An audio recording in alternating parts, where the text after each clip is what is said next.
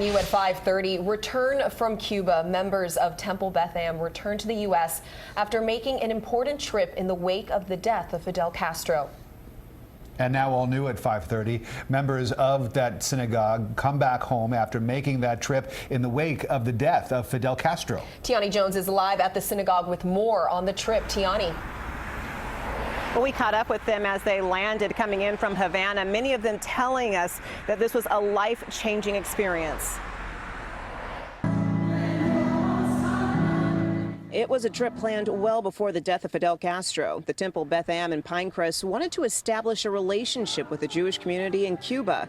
For Cantor Rochelle Nelson, it was a trip just a few weeks before losing her mother. I was really there in memory as well for my mother, who was born in Cuba of Russian immigrant parents, and her dream was always to come back and to visit her homeland, where she spent her first 3 years of life. To her, it was her homeland, and her love of the Cuban people, of how they so graciously opened their arms to the Jews. A very personal journey for Nelson. For others, the trip was a mission. The group brought along medical supplies and medication to stock the shelves of the temple in Havana.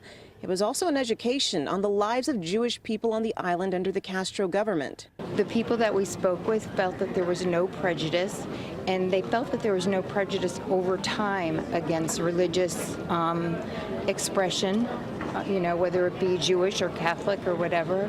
They felt like they could express their opinions. They could worship without any bias.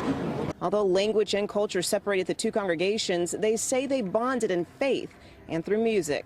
It was beautiful because they don't have a lot of material things, but they have spirit. This was a moment when we all said, whatever the politics, it's not important here.